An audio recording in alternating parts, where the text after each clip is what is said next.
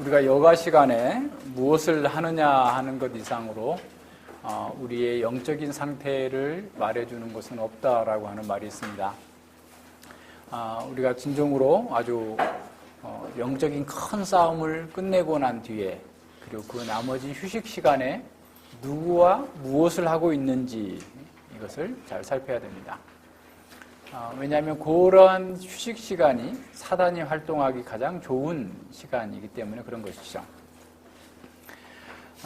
우리가 그런 휴식 시간에 경건한 사람들, 동료들과 함께 있거나 또는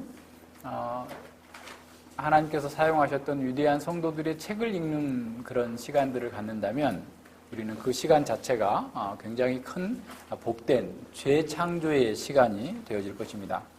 그러나 만약 우리가 TV를 보고 영화를 보고 세상 사람들과 어울려서 세상적인 어떤 것들을 추구하고 있다고 한다면 그것은 우리의 영적 상태가 심각한 그 상태에 있다라는 것을 말해주고 있는 지표가 될 수도 있어요.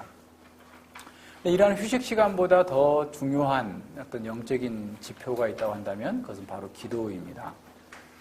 하이델베르그 요리문답에서 기도를 감사의 가장 중요한 부분이다라고 고백하고 있습니다. 여기서 말하는 감사라고 하는 것은 일상적인 수준에서의 감사를 얘기하는 것이 아니라 우리가 죄와 비참함 가운데에서 구원받은 그 구원에 관한 감사와 찬양이 포함되어 있는 것이죠. 그래서 구원받은 성도의 기도를 통해서 매일 하나님께 감사가 올려드려지는 거예요. 그러니까 우리가 하나님께 감사한다라는 것은 우리의 기도를 통하여서 감사함으로 연결되어지는 거죠. 구원받지 못한 사람들은 자신의 여전한 그 죄의 욕망에 사로잡혀 있기 때문에 그런 감사가 나타나지 않습니다. 그리고 세상의 것을 더 많이 얻는 기도를 한다 할지라도 더 많이 얻는 기도를 하는 것이고 또 많이 얻었다 할지라도 그것 때문에 만족함이 없기 때문에 계속해서 하나님의 베푸신 그 은혜보다도 자기 추구적인 기도를 하고 있는 것이죠. 때로는 그 사람들이 경건한 언어를 사용할 수도 있어요. 사용하기도 합니다. 그러나 그것은 자신의 이익을 얻기 위한 것이죠. 자기의 본 마음을 숨기고자 하는 어떤 동기에서 드러나는 것일 수밖에 없습니다. 그래서 어떤 사람들, 육신적인 사람들은 기도 그 자체를 공로시하죠. 그래서 새벽 기도도 열심히 했고 내가 무엇도 열심히 했고 무엇도 열심히 했기 때문에 하나님께서 당연히 자신이 원하는 것을 줄 것이다 라고 생각을 하는 상태로 나뉜 거죠. 그래서 뭐 어머니 기도에 무슨 기도에 뭐 등등의 명목을 붙여가지고 열심히 기도를 하지만 그 기도가 정말 감사에서 나오는 감사의 기도가 아니라 자기의 또 다른 육신의 욕망을 추구하는 그런 기도인 거죠. 우리는 지금까지 이런 기도를 살펴보고 있는데 이 기도를 통해서 우리의 영적인 상태를 살펴보자라는 거예요. 그리고 우리가 정말 바른 기도를 하고 하나님과 바른 교제 가운데 들어갈 수 있는 사람이 되자라는 거예요. 진정으로 하나님을 아는 자답게 하나님께서 기뻐하시는 합당한 기도하는 사람으로 우리 자신이 바뀌는 거예요. 그것이 우리의 목표입니다. 오늘날 교회에도 여전히 이방인의 기도를 하는 사람들이 많죠. 중언부언하는 기도, 그리고 뭘 먹을까 뭘 마실까라고 하는 이런 기도를 열심히 하는 사람들이 많습니다. 기도를 마치 자신의 공로로 여겼던 바리새인들과 같이 자신이 이렇게 기도를 열심히 한다. 하루에 몇 시간 이상 기도하지 않으면 안 된다. 뭐 등등의 어떤 자신의 어떤 영웅적인 신앙을 얘기하고 있는 것처럼 말하는 사람들도 있어요. 그러나 우리가 다윗의 기도를 보면, 우리가 앞서 쭉 봤던 그런 기도들을 보면 정말 진정한 기도가 무엇인지를 알고 우리가 그 기도를 통하여서 하나님께 나아갈 수 있는 길이 무엇인지가 좀 더 분명해지는 것을 보게 됩니다. 먼저 우리 다윗의 생애를 한번 살펴봅시다. 우리 다 알고 있지만 그래도 간단하게 살피자면 다윗은 2세에 8째 아들로 태어났어요. 중간에 딸들도 있어요. 그런데 어쨌든 아들로만 따지면 8째 아들입니다. 다윗에게는 그 엘리압이라고 하는 아주 용모가 출중하고 키도 큰 그런 장자 형이 있었어요. 그래서 사무엘이 이새의 집에 갔을 때 엘리압을 보자마자 야, 이 사람이구나. 하나님께서 기름 부을 자가 이자구나 라고 느꼈을 정도로 아주 출중한 그런 형님이 계셨습니다. 그리고 가족들의 식사 자리에 다윗은 끼지도 못하고 어디서 양이나 지키고 있어야만 될 정도로 자기 아버지에게도 주목받지 못하는 그런 사람이었죠. 무명의 그런 사람이었습니다. 그런데 바로 그런 상황 속에서 하나님께서는 사무엘을 통하여서 그에게 기름을 부으시고 왕을 삼으시겠다라고 부르신 거죠. 그러나 다윗이 왕이 되는 것은 그렇게 순탄하지 않았어요. 이미 사울이 아주 철권 같은 왕권을 장악하고 있으면서 자기 추구에 열을 올리고 다윗을 죽이는 것이 마치 그 이스라엘 국가를 지키는 것처럼 온 국력을 다 동원해가지고 다윗을 뒤쫓는 이런 상황들이 계속해서 벌어지고 있습니다. 자, 그런데 그런 다윗의 생애 가운데서 우리가 주목해야 될 것은 뭐냐면 그렇게 어렵고 힘든 과정 속에서 다윗은 자신의 지혜나 인간의 방법으로 그 문제를 해결하려고 하지 않았다라는 거예요. 다윗은 수많은 유혹을 받았어요. 자, 지금이 기회입니다. 하나님께서 당신에게 주신 기회예요. 철호의 기회예요. 사울을 지금 제거할 수 있는 기회입니다.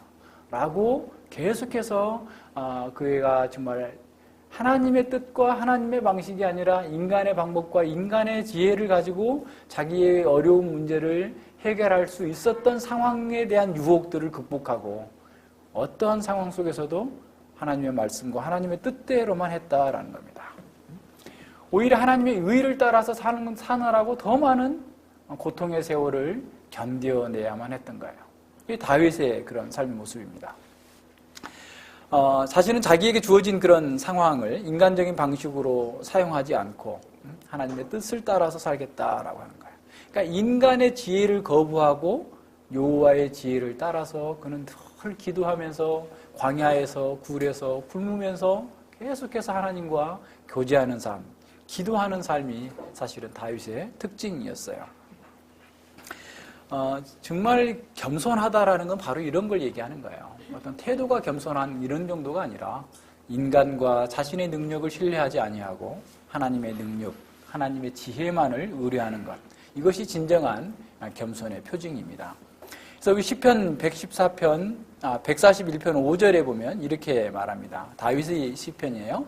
의인이 나를 칠지라도 은혜로 여기며 책망할지라도 머리에 기름같이 여겨서 내 머리가 이를 거절하지 아니할지라. 의인이 나를 칠지라도 은혜로 여기고 책망할지라도 머리에 기름같이 영광처럼 여겨서 내가 그것을 거절하지 않고 따르겠다라고 하는 겸손함이 거기 있는 거예요. 다윗은 자신보다 훨씬 못한 버러지 같은 인간이 자기를 조롱하고 침뱉고 돌 던지는 그런 상황 속에서도 오히려 다윗은 그걸 견디고 참고 온유하게 그들을 대했어요. 다윗의 그런 모든 행위들을 통해서 그는 자신의 영광이 아니라 하나님의 영광을 구한다라는 것이 어떤 것인지를 우리에게 보여주었습니다. 115편 1절에서 말하고 있는 것처럼 여호와의 영광을 우리에게 돌리지 마옵소서. 오직 주는 인자하시고 진실하심으로 그 이름에만 영광을 돌리소서라고 하는 것이 다윗의 전 생애의 그 찬송과 노래였습니다. 그러나 다윗이라고 해서 완전한 사람은 아니었죠.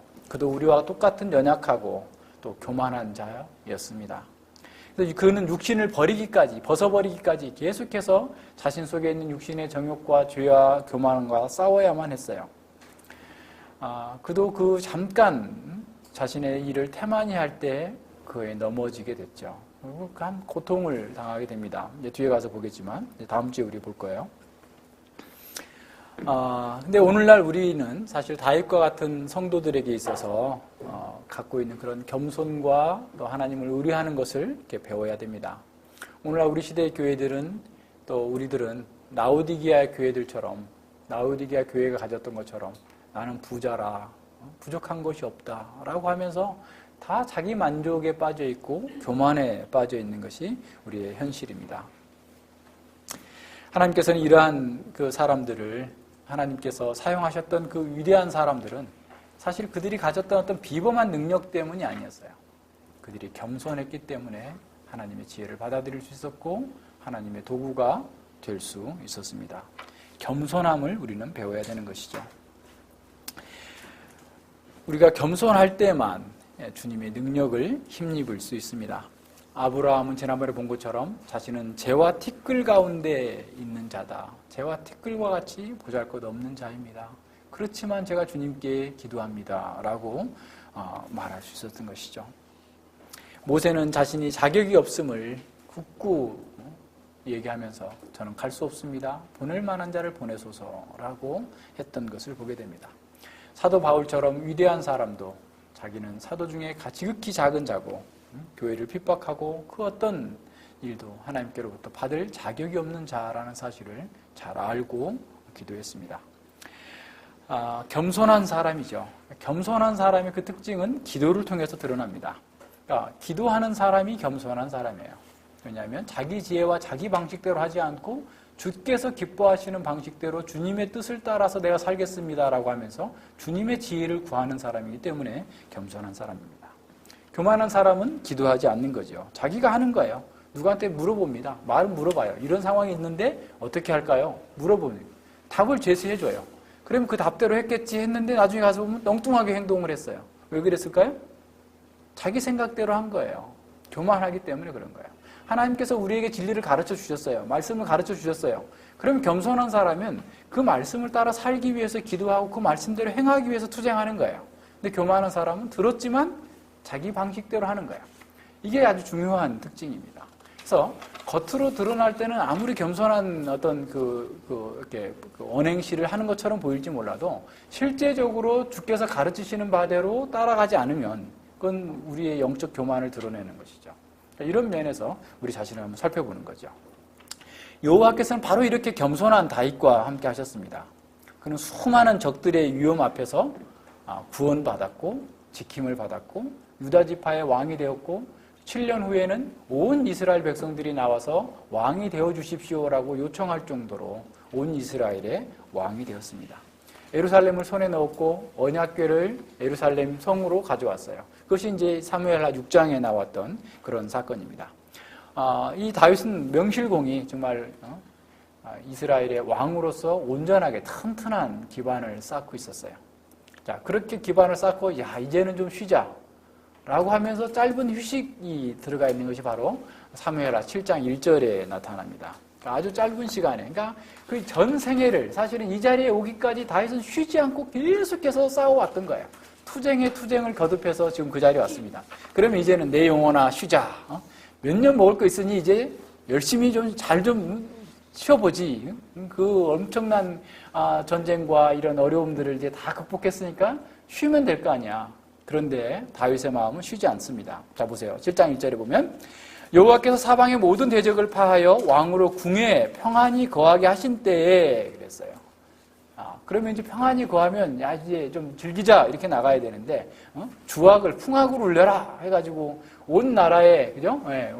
음주 가무를 하기 위해서 사람들을 불러 모은 것이 아니라 2절에 보세요. 왕이 선지자 나단에게 이르되 볼지어다 나는 백향목궁에 거하거늘 하나님의 궤는 회장 가운데 있도다 라고 얘기하고 있는 거예요. 자, 무슨 말입니까?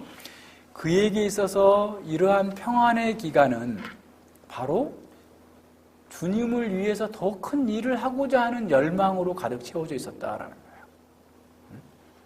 그러니까 그 여가 시간마저도 그는 하나님께 감사했고 그 평화의 시기에 자신이 하나님을 위해서 어떤 일을 해야 될까에 대해서 관심이 집중되어 있음을 보게 됩니다. 우리는 세상에서 성공한 사람들이 한순간에 넘어지는 것을 이렇게 많이 보게 됩니다.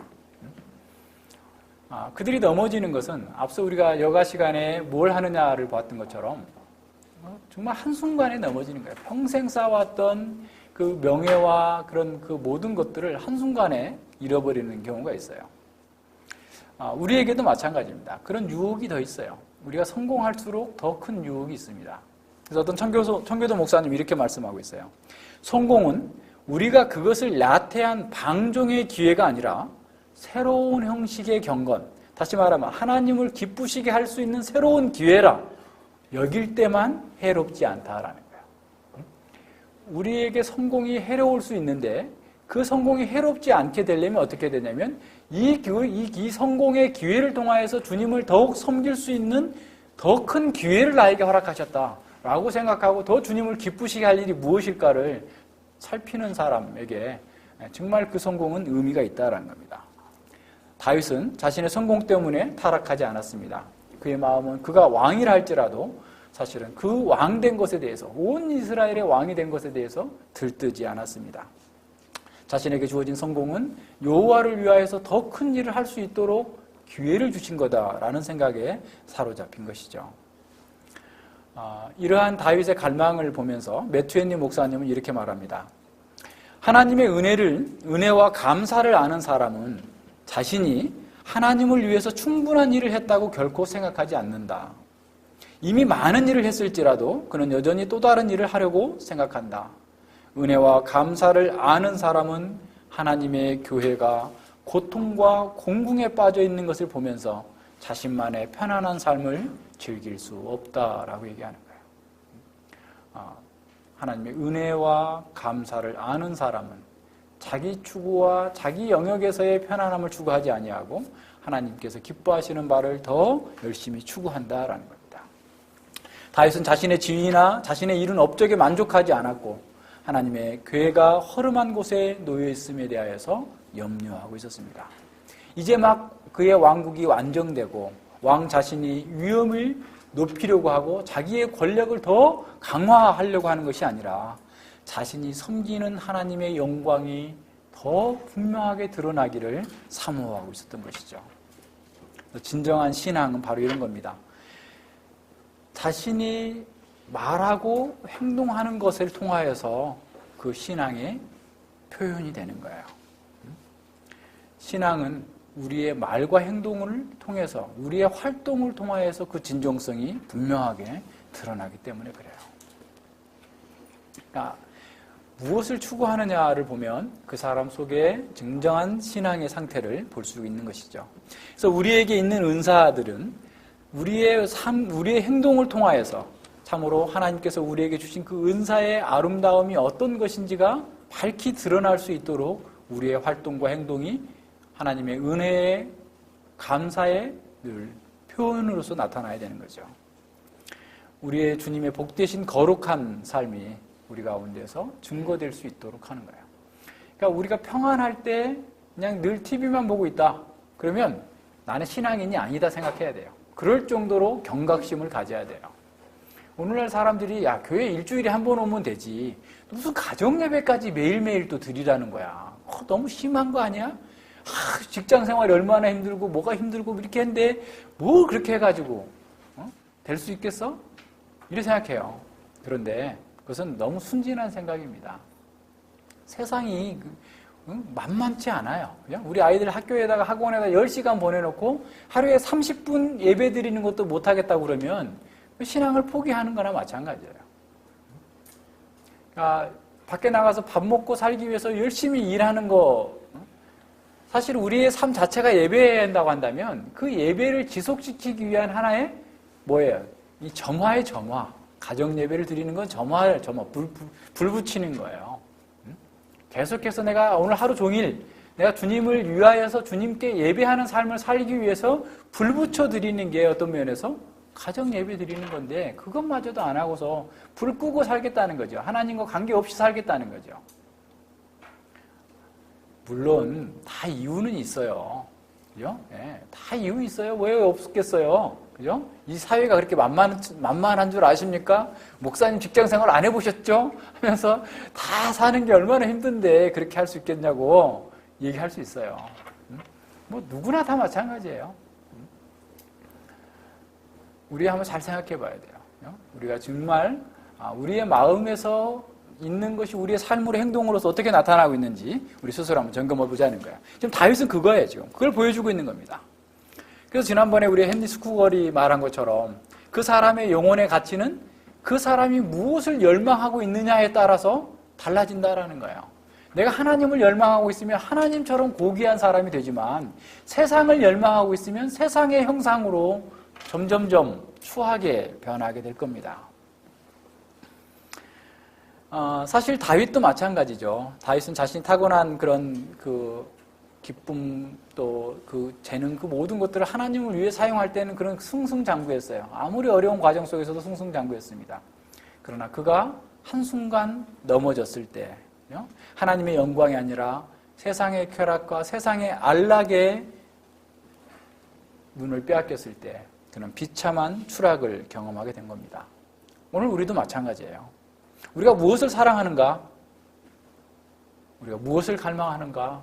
우리의 영혼의 가치를 하늘처럼 높일 수도 있고, 우리가 세상의 탐욕과 세상의 정욕에 묻혀서 죄 가운데에서 있는 것을 산다면, 추구한다면 우리는 지옥보다 더 깊이 추락하게 될 것입니다.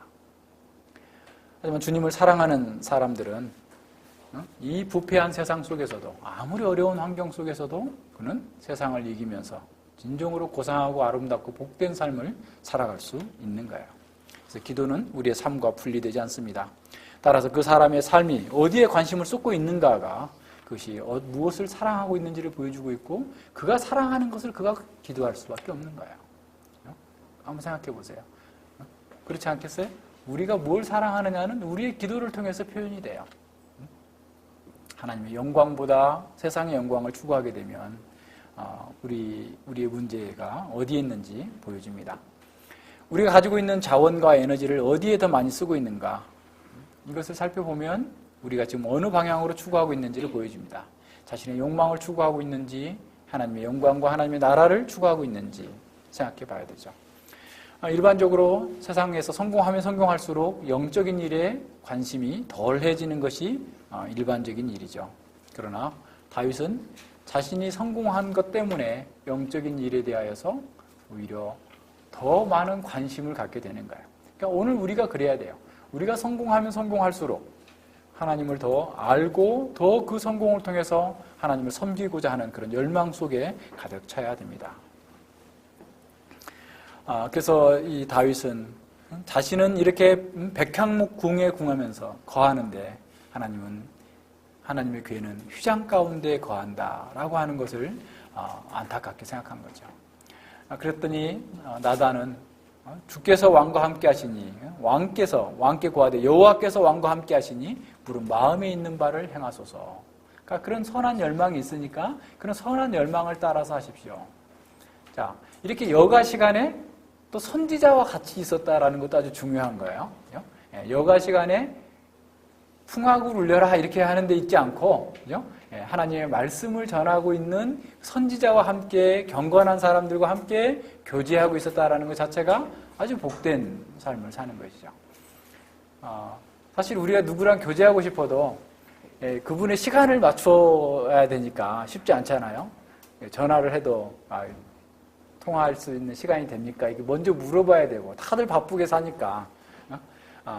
그런데 우리가 마음껏 그 상대방의 시간에 제한받지 않고 경건한 사람과 교제할 수 있어요. 어떻게 해요? 책을 통해서. 그분들이 야, 좀 이따 읽어. 나 좀 바쁘거든? 이렇게 하지 않잖아요. 그죠? 그러니까 책을 통해서 우리는 경건한, 여가가 시간이 있으면 책을 읽는 거예요. 어떤 목사님이 지난번에 만났더니 자기가 이렇게 10주 동안 이제 그 처음으로 안식하는 시간을 갖기로 했다는 거예요. 그래서 이제 미국에 갈 생각이 있었는데 지금 생각으로 봐서는 10주 동안 나 이 책들을 다 읽는 데 시간을 다 보냈으면 좋겠다. 이제 그런 열망을 표현하는 거죠. 더 많은 책 읽고 더 많은 경건한 사람들과 교제를 통하여서 우리 자신을 돌아보고 하나님의 백성으로서의 온당하고 합당한 삶이 무엇인지를 살피고자 하는 것, 이것이야말로 우리에게 있는 그 시간들이어야 돼요. 그래서 우리는 늘 하나님의 말씀 속에서 정말 하나님께서 기뻐하시는 바를 따라서 가겠다라고 하는 것이 우리의 마음이 늘 있다고 한다면 늘 이런 정말 이렇게 경건한 사람들과 형제들과 또 이 역사 가운데 있는 위대한 성도들과의 교제를 통하여서 우리가 좀 더 하나님의 사람으로 온전케 되어지는, 하나님 형상을 덧입게 되는 이런 과정으로 나아가게 돼야 되는 것이죠. 그래서 이제 이 7장 5절부터 16절 이하에 쭉 지어지는 것이 이제 이 나단이 바로 돌아가서 그날 저녁에 하나님께로부터 계시를 받습니다. 그래서 하나님께서는 다윗이 선지자였음에도 불구하고 나단 선지자를 통하여서 말씀을 주셨어요. 이것도 아주 중요한 일이에요. 그래서 이 나단 선지자를 통하여서 주신 그 내용이 어떤 거냐, 우리가 너무 잘 알기 때문에 또 이미 했기 때문에 간단하게 살펴보면 그거죠. 흔히 이제 다윗 언약이라고 말하고 있는 그 내용인데 내용은 6가지예요. 하나님께서 내가 나를 위하여서 집을 건축하겠느냐라고 말하는 거죠. 그러니까 하나님께서는 사람이 지은 그 전에다가 자신이 이렇게 있어야만 된다라고 하는 그런 정도의 생각에서 이렇게 벗어나야 된다라고 하는 말씀을 주시는 거죠. 뿐만 아니라 내가 광야에서 이스라엘 백성들과 함께했다. 광야에서도 집이 없는 곳에서도 내가 이스라엘 백성들과, 그러니까 하나님은 자신의 백성과 자신을 완전히 동일시하고 있는 거예요. 우주와 만물을 창조하신 그 하나님께서 정말 비천하게 광야에서 먼지구덩이 속에서 살고 있는 그 사람들과 자신을 동일시하면서 그들과 함께했다라는 말씀을 주시는 거죠. 두 번째로 생각해 볼 수 있는 것은 뭐냐면, 하나님께서 어떤 지침을 주시기 전까지는 우리가 뭘 알아서 하나님을 영화롭게 한다고 나서지 않아야 된다라는 것을 이렇게 생각해 볼 필요가 있어요. 그러니까 그것이 우리에게 유용한 것이든 하나님께서 어떤 영광을 받으신다고 우리가 생각이 된다 할지라도 우리는 하나님의 말씀의 제한에 따라야 되는 거예요. 하나님께서 가르치시는 범위 내에서만 예배할 수 있는 거예요. 개혁파의 예배 지침이 그런 겁니다. 말씀에 규정된 원리로만 하나님을 예배해야 된다라고 하는 것입니다. 그래서 우리의 영적인 갈망이 무엇이든지 간에 하나님의 계시된 말씀의 제한을 따라서 하나님을 섬기는 일을 해야 된다라는 겁니다. 세 번째는 이제 그 7장 8절 9절에 나타나는 건데, 하나님께서 그들에게 베푸셨던 은혜에 대해서 쭉 이렇게 말씀해 주시는 거예요. 다윗에게 그가 양을 따르는 데서 취하여 내 백성 이스라엘의 주권자를 삼았고, 내가 어디를 가든지 내가 너와 함께 있었고, 쭉 하나님의 은혜를 설명해 줍니다. 그리고 10절과 11절에서는 다윗과 함께 그 영원하게 주실 그 은혜의 언약을 세우시는 거죠. 11절 하반부에서 여호와가 또 내게 이르되 여호와가 너를 위하여 집을 짓고, 다윗을 위하여서 집을 짓고, 그래서 하나님께서 그 다윗의 나라, 다윗의 왕조를 영원케 하실 것을 이렇게 말씀해 주시는 겁니다. 뿐만 아니라 그의 아들이 집을 건축할 것이고, 14절 이하 15절에서 나오는 것은 뭐냐면, 나는 그의 아비가 되고 그는 내 아들이 되리니 저가 만일 죄를 범하면 내가 사람 막대기와 인생 채찍으로 징계하려니와 내가 내 앞에서 패한 사울에게서 내 은총을 빼앗은 것 같이 그에게 빼앗지 아니하리라. 그에게 영원한 왕조를 주시겠다라고 약속해 주고 있는 겁니다. 이 언약에서 다윗의 후손과 하나님의 관계는 영원한 부자 관계가 되는 것이죠. 이 언약은 무조건적인 언약입니다. 그렇다고 해서 조건이 없다는 게 아니에요. 그들이 범죄하면 인생 막대기와 채찍으로 그들을 징계한다 할지라도 하나님에 의해서 이 언약이 영원토록 지속되고 확정되어질 것이다 라는 말씀을 주시고 있는 겁니다. 이러한 언약은 그리스도를 통하여서 온전히 성취가 되었죠. 그래서 예수님은 다윗의 후손으로 오셔서 구약의 모든 언약을 성취하셨고, 그를 믿는 모든 자들에게 다 영원한 다윗의 왕국, 하나님 나라를 성취하도록 했습니다. 다윗은 왕이었지만 선지자였어요. 따라서 이 언약 속에 담긴 내용들을 깊이 있게 묵상하고 그 내용을 마음에 품고 하나님의 선하심과 영광에 대해서 한동안 묵상했을 것입니다. 그러니까 다윗에게 이렇게 고했기 때문에 다윗이 그냥 곧장 이렇게 기도한 것은 아니에요. 그 말씀의 의미를 잘 새기고 그 말씀의 실존적인 의미가 무엇인지를 묵상했을 것입니다. 그래서 다윗은 자신에게 주어진 이 말씀 안에서 기도할 수 있는 형태로 준비되어진 것이죠.